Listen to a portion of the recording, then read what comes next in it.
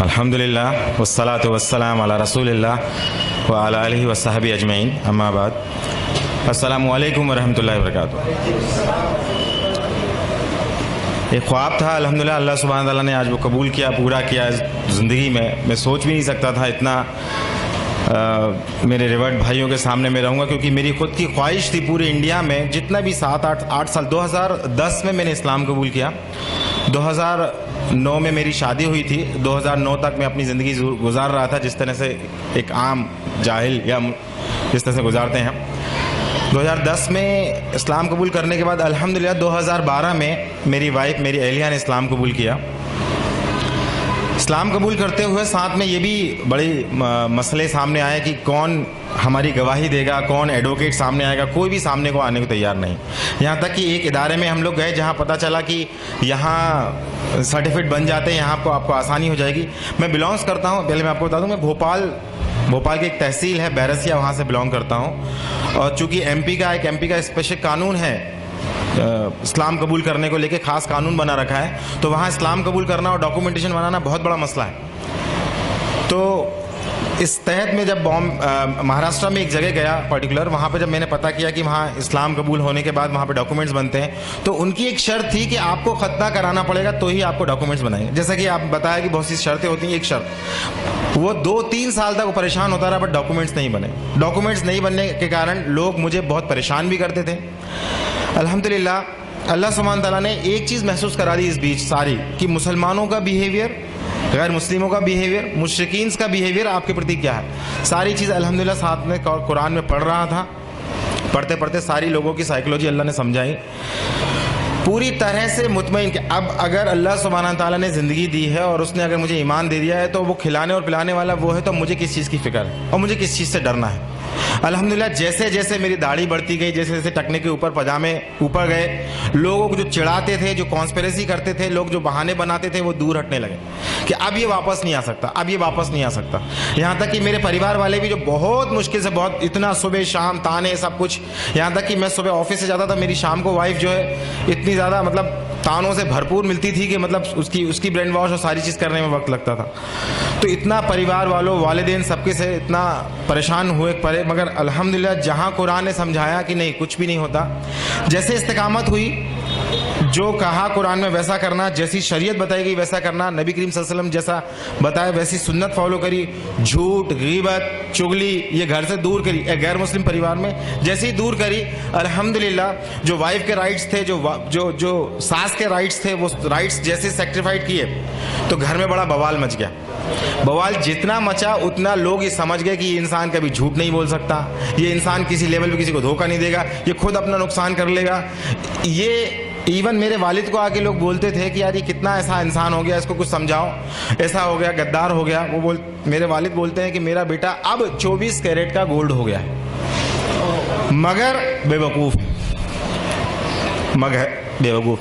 अल्हम्दुलिल्लाह अल्लाह सुब्हानहू व तआला ने हमें तौफीक दी।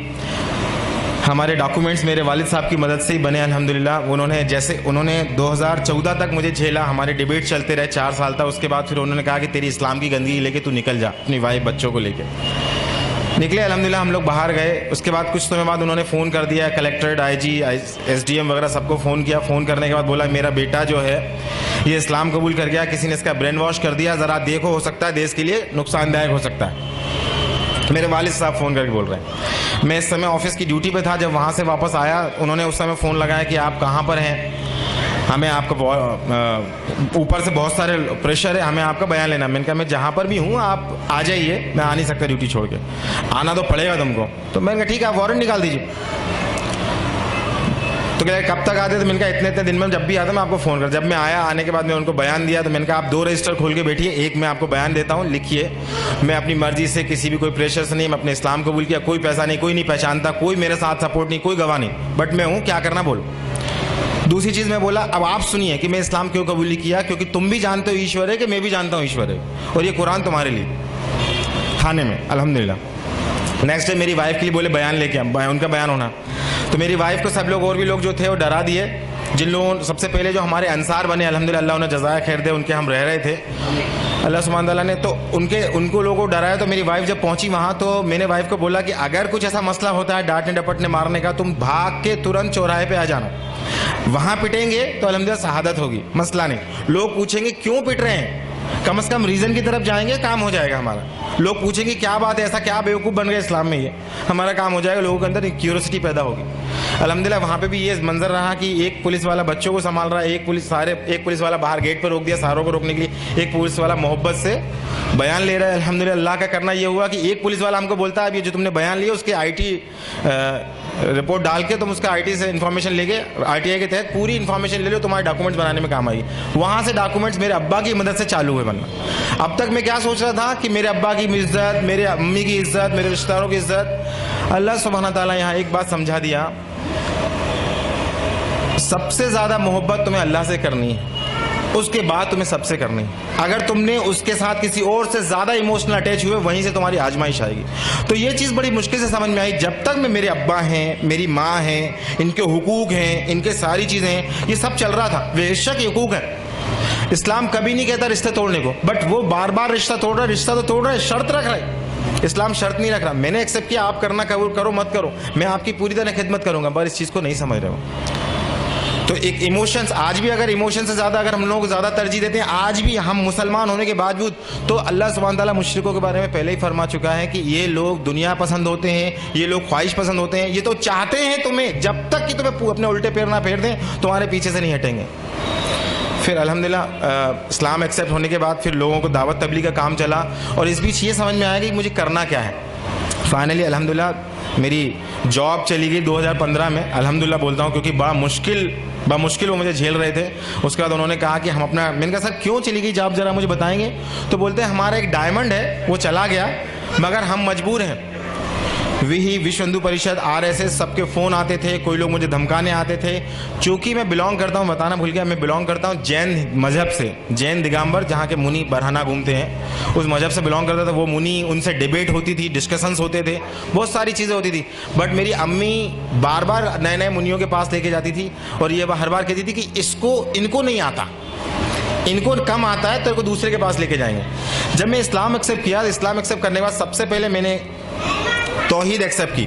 तौहीद एक्सेप्ट करने के बाद मैंने कहा कि यार ये तौहीद समझ में आ गई, मगर ऐसा समझ में कुरान हक है, कुरान कैसे नाजिल हो गया अपने आप, कोई मोहम्मद सल्लल्लाहु अलैहि वसल्लम आके कल को बोलते हैं तो मैं तुम्हारा रसूल हूँ। इसकी तहकीक के लिए जब मैं इस्लाम एक्सेप्ट कर लिया, बनिया था मैंने कहा अगर ये हक है तो पहले इस्लाम कबूल कर लो बाद में ऐसा नहीं होगा, केवल गफलत की बात है। तो जब मैं इस्लाम एक्सेप्ट किया, फिर मैं हिंदुइज्म की किताबें पढ़ा, फिर जैनिज्म की किताबें पढ़ा। सब पढ़ने के बाद अल्हम्दुलिल्लाह स्कॉलर से डिबेट करने के बाद अल्हम्दुलिल्लाह पूरी सर्टेनिटी जब आ गई, अब फिर मैं गैर मुस्लिमों में काम भी करने लगा। और मुसलमानों के लिए जब उन लोगों के बीच जब मैं निकला, तो जब सबसे पहले मेरी जॉब गई तो मुझसे किसी मुस्लिम भाई ने मुझे जॉब दी, अल्हम्दुलिल्लाह उन्हें जज़ा खैर दे। मगर 1 महीने बाद वो जॉब चली गई। उन्होंने कहा ये नया मुसलमान आया है, पता नहीं इससे खतरा है, हमारा इंटरनेट से इल्म हासिल कर रहा है, गुमराह है, दूसरों को गुमराह करेगा। तो वो जॉब मेरी चली गई। फिर एक मुसलमान के घर हम रहने को गए, उन मसाला अल्लाह उन्हें जज़ाया खैर दे, राह हिदायत पे दे, इंतकाम इनका ईमान पे हो। 1-2 महीने बाद, 1 साल तक उन्होंने रखा। उसके बाद कहा कि तुम हमारे में से नहीं हो, तुम हमारी बात नहीं सुनते, हमारे साथ नहीं जाते, उठते बैठते, हमारे मिजाज नहीं मिल रहे, तुम खाली कर दो मकान भी खाली है। अल्हम्दुलिल्लाह लगातार अल्लाह सुब्हाना ताला अपने दीन के हक होने, लोगों की जहनियत, और अगर जो अल्लाह का है जो अल्लाह का नहीं है, इस बारीक लाइन को वाज़े समझाता जा रहा था। तो मैं आज अपने सारे मुसलमान भाइयों को जो रिवर्ट है उनको मैं तो कुछ नसीहत है मेरी, जो तजुर्बे हूँ उनको मैं देना चाहता हूँ। सबसे पहली चीज़, किसी को भी ज़्यादा इमोशनली मोहब्बत मत कीजिए, चाहे वो शौहर हो, बीवी हो, माँ बाप हो। सबसे पहले अल्लाह, फिर उसके किस किस के हुकूक बताएं वो करिए। सेकेंड चीज़, मेरे भाइयों मेरी बहनों, शैतान हमारे जहनों में बार बार ये बात दिखाता है, देखो ये मुसलमान कैसे हैं, हमें बताता है कि हमारे मुसलमान कितने बुरे हैं। तो हमारे जहनों में उनके बीच में गैप पैदा कर देता है, मुसलमानों की बुराइयां बता बता के और हमें अपना बेहतर बता के मुसलमानों और हमारे बीच में एक गैप पैदा कर देता है। तो इस गैप को हमें नहीं देखना है, इन बुराइयों को हमें नहीं देखना है। अल्लाह ने कहीं भी नहीं कहा इन बुराइयों को देखो तुम, अल्लाह ने कहा तुम अपने आप को इस्लाह करो, अपने आप को डेवलप करो, कुरान पढ़ो, इल्म करो और तकवा हासिल करो, वो मसूल होगा। तीसरी चीज़, हम इतना ज़्यादा परेशान हो चुके होते हैं मसाइल से, ज़माने के मसाइल से, लोगों की गाली से, लोगों के किनारा करने से। जो मुसलमान हमें मदद करते हैं, कल जब हम उन्हें इस्लाह की 4 बातें बताते हैं तो वो हमसे किनारा कर लेते हैं। इन सारे मसाइलों से हम इतना ज़्यादा परेशान हो चुके होते हैं, तो अल्टीमेटली बात ये आती है कि हम इनमें कूद के उनको इस्लाह करने की कोशिश करते हैं। तो मेरा मशवरा यहाँ ये है कि केवल और केवल कुरान पहले अपने, अल्लाह भी कुरान में फरमा रहा है कि बचाओ अपने आप को और अपने अहलो अहल को जहन्नुम की आग से। तो सबसे ज़्यादा मेहनत करें अपने बच्चों और अपने बीवी बच्चों पे। क्यों? क्योंकि मेरी अहलिया मुझसे पूछती है कि, मुझसे कहती है कि मुझे फिक्र अपनी थी कि अपना हम जो कर रहे हैं ठीक है, मगर मुझे खौफ इस बात का है कि मेरा बेटा जहन्नुम ना चला जाए, मैं उसकी क्या तैयारी कर दूं, क्योंकि ये भी एक ऐसा मुसलमान बन जाएगा जिन मुसलमानों को देख रहा है।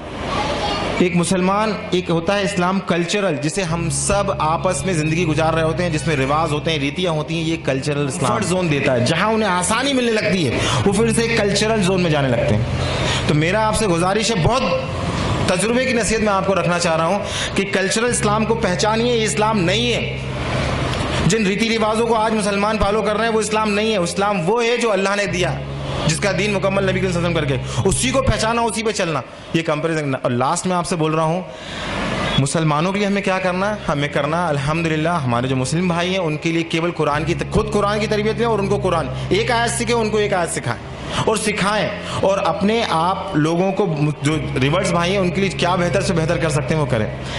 आखिरी में बात थी कि हम, मेरा क्या ख्वाहिश है, अल्हम्दुलिल्लाह भोपाल से मैं चाह रहा था, अल्हम्दुलिल्लाह मैं भोपाल का रहने वाला हूँ, और चूंकि मसाइल वहाँ इतने ज़्यादा बढ़ गए, जॉब चली गई, किसी ने मुझे मशवरा दिया आप यहाँ पर आके करिए काम, अल्हम्दुलिल्लाह आपके लिए कोई मसला नहीं है, अल्लाह ने यहाँ पे प्रोफेसर की जॉब दिला दी, अल्लाह ने वेल्थ सेटल घर कर दिया, हिजरत की बरकतें दिखाई, ईमान इतना बढ़ा है अल्लाह ने अल्हम्दुलिल्लाह। तो मैं चाह रहा था कि कोई एक इदारा ऐसा होता जो केवल रिवर्स के लिए काम करता। कुछ इदारे हैं जो दावत के काम करते हैं, मगर दावत के बाद क्या, उनकी तरबियत का क्या, उनके मसाइल का क्या। तो मैं इवन हैदराबाद में भी 2-2.5 महीने में सोच रहा था, ढूंढ रहा था कि कहीं कुछ ऐसा हो। अल्लाह का करना हुआ, कुछ एक हफ्ता भी नहीं हुआ मुझे पता चला अल्हम्दुलिल्लाह एक ऐसे लोग हैं, ऑर्गेनाइजेशन का भी नहीं पता था, ऐसे लोग हैं जो काम कर रहे हैं। अल्लाह सुब्हाना ताला उनकी मामलात को कबूल करे, उन्हें खूब दुनिया और आखिरत में नवाजे। ये बहुत बड़ा, वाकई बहुत बड़ा काम है, क्योंकि ये मसाइल वो लोग नहीं समझ सकते जो रिवर्स, जो जिन चीज़ों से गुजर के आ रहे होते हैं। अल्लाह उन्हें तौफीक दे मजीद। और मेरी गुजारिश है वो लोग मुझे कबूल कर लें, मैं उनके साथ जुड़ूं, उनके साथ काम करूं, उनका एक अहम हिस्सा बन के काम करूं इंशाल्लाह। और मेरे मुस्लिम भाइयों, रिवर्स भाइयों के लिए मैं खुद चाह रहा था कि एक ऐसा इदारा बनाना ही हैदराबाद में आके, अल्लाह ने इनसे जोड़ दिया। और उस इदारे का मकसद भी ये था कि इन रिवर्स भाइयों की तरबियत करना। अगर इनकी तरबियत रही, अगर ये अल्लाह से मोहब्बत करते रहे, इंशाल्लाह इनका कुछ नहीं बिगाड़ सकता, कोई कुछ नहीं बिगाड़ सकता इनका, क्योंकि अल्लाह खुद कह रहा है, क्योंकि हम अल्लाह के चुने हुए बंदे हैं। अल्लाह ने कहा अगर तुम ये काम नहीं करोगे, तुम किसी और को चुन लेंगे, तुमसे बेहतर होंगे। आज रिवर्स अल्हम्दुलिल्लाह कोई बात की कंप्रोमाइज, हर चीज कंप्रोमाइज करके बैठे हैं। अपना माल, औलाद, माँ बाप सबसे ज्यादा कीमती होते हैं, इस सब का कंप्रोमाइज करके बैठे हैं अल्लाह के लिए। और आज मैं उनको भी एक खौफ वाली बात बता रहा हूँ रिवर्ट्स के लिए, कि अगर वो मुस्लिम कल्चर में आ गए, मतलब एक रीति रिवाजों में फंस गए, अगर इसको बुरा लग रहा है, उसको बुरा लग रहा है, इसको बुरा लग रहा है, अल्लाह की परवाह नहीं कर रहे, तो वो भी वैसे ही हो जाएंगे जिसको अल्लाह ने कहा कि इनको हटा के नई कौम लेके आऊंगा। तो मेरे भाइयों, खूब इल्म हासिल करें, केवल अल्लाह को राजी करने की बात करें। व आखिर दावाना अल्हम्दुलिल्लाहि रब्बिल आलमीन। अस्सलामु अलैकुम रहमतुल्लाह।